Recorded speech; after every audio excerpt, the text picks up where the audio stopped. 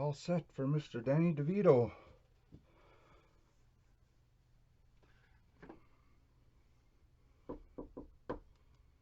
Oh, I think he's here. I better give this to him. Hey there, Danny. Your guitar is all set to ready, rock and roll. All right. This one is a nickel. This one also is a nickel. And here's a quarter. And another quarter. And a penny. See? Nickel, nickel, quarter, quarter, penny. Well, you're going to need a lot more than that. That's all I could say. Well, I'm getting tired of putting all this on your tab there, Mr. DeVito, but I'll let it slide this time.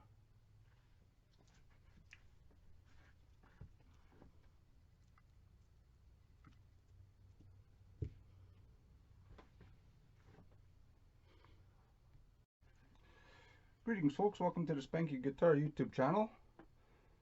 We are going to, I'm going to demonstrate how to set up the pickup height on Gibson Les Pauls. This one is a Gibson Les Paul Studio, and it's quite simple. Now the story kind of goes like this. A while back, me and Jim DeCola, we were in on the golf course in Rio de Janeiro, and it was my turn to up to the tee, and I said, "Watch this, Jimmy boy. If I get this hole in one, you're gonna have to give me all of the Gibson secrets." Oh, by the way, Jim is the master luthier for Gibson. And anyway, so yeah, I said, if I get this hole in one, and it was only 700 yards away, I said, you'll have to give me the all of your secrets that you've been holding in over the years from all the Gibson experience. And he says, I might take that bet. And he says, well, what's in it for me? I know you're a good shot, but you're not that good. And then I said, well, how about this? You can have you could take over the Spankey Guitar franchise worldwide if I miss, and you'll be instant Brazilianaire. He said, okay, well, let's do it. So I grabbed my driver, and I smacked the ball straight in, hole in one. And he said, oh my goodness, that's the best shot I've ever seen anybody do in my life. I said, well, don't never underestimate it, what the power of Spankey Guitars can hold. And so he goes, well, I'll give you this tip then, right, Ryno. So first of all, I'll start off with, it's good to have these things here. These are just, you know, a ruler. And one side it has 30 seconds, on the other side it has 64ths, so it's very precise, these rulers. And if you don't have these things, so let's start off. I purposely put the pickups, I lowered them just for the demonstration. So Gibson's official specs are 3 64ths here and 4 64ths for the bridge. And so what you do is you grab your ruler, and on 64ths, you put it on the treble side of the high E string on the top of the pull piece here. So that has to be 3 64ths. And same thing on the low E string, 3 64ths. And on the neck pickup, it's 4 64ths, 4 64ths. Now the same thing is, if you don't have this, there's a very a simple way is that you get some coins, and so a dime is equal to 3 64ths, the width of a dime. And what a good idea is to put tape on these things like so you can have like a tab, and you just slide it underneath. Same with the penny. The penny is equal to 4 64ths, and the nickel is equal to 5 64ths. So so 3, 4, 5. So like I was saying, 3 and 4, but you could use the 5 for the and Jim DeCola, he recommends a sort of a graduated, starting from 3 to 4 here, and 4 here, and then 5. So I would go like this instead of the ruler. First, what you have to do is you hold the high E string at the last fret, the 22nd fret, and then you slide the dime under, which is equal to 3/64. And look, it's too much, so you just simply bring the pickup up, and then check it. Press the 22nd fret, and there's still a ways to go.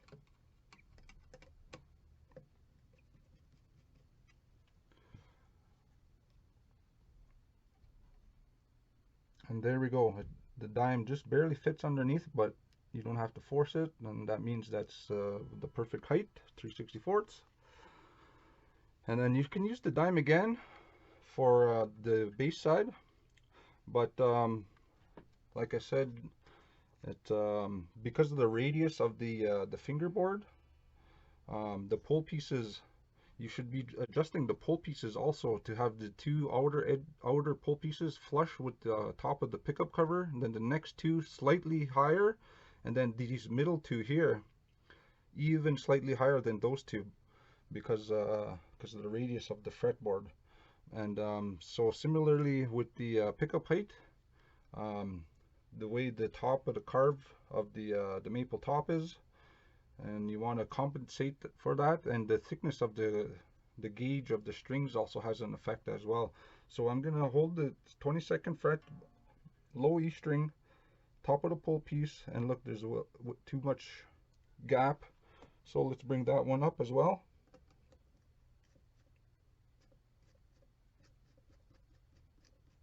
And then check. Still too much, we've got to bring it up some more. So that's the 4/64.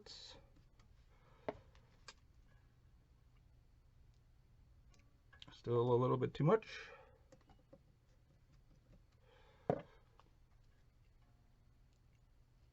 And now it's not fitting underneath, it's just a tad, so we put it back down just a tad.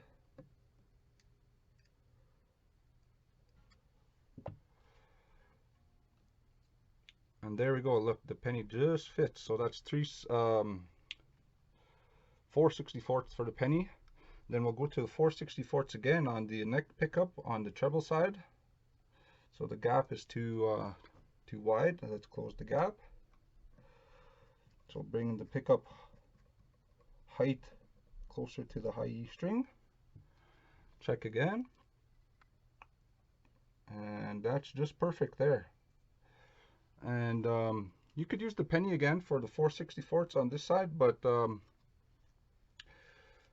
these, by the way, these are just suggestions that typically work for most players. Now some players might want to have the pickups a little lower, and then what would happen is you get more of a warmth sound, and when the pickup is closer to the strings, you get more of it gets more bright and more sort of trebly, I guess you could say. So like I said, the 3/64 and 4/64 are just a guide. So you could actually do this. Oops, I was using the penny. Use the nickel for 5/64. So yeah, you could actually,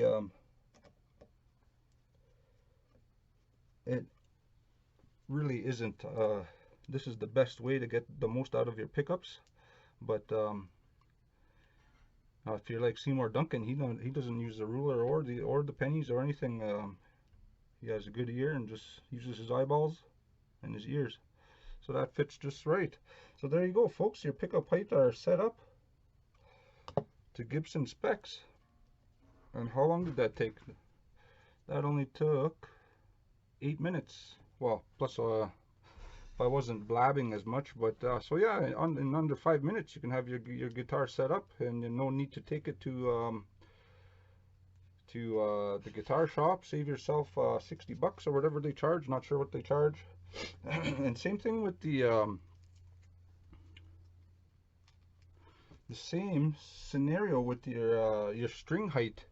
So what you would do is, if you don't have your ruler, or if you do have your ruler, you check it at the 12th fret, and from the top of the 12th fret to the bottom of the string for the treble side should be 3/64ths, or sorry, 2/64ths, which is equal to a dime.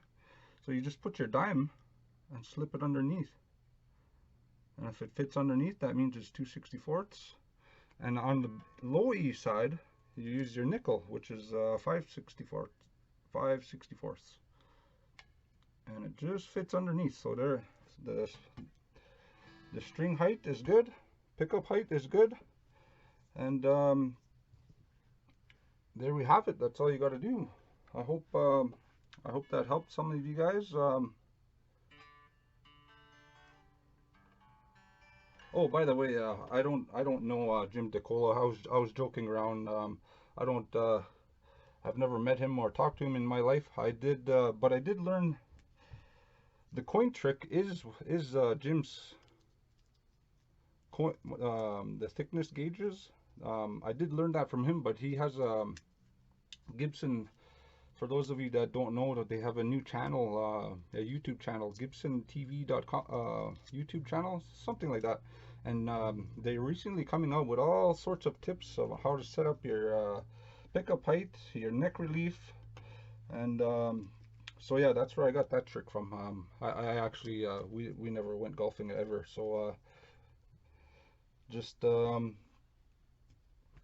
I'd mention that. But so that's it. Until the next episode, we'll see you again. Please subscribe, and thanks for watching.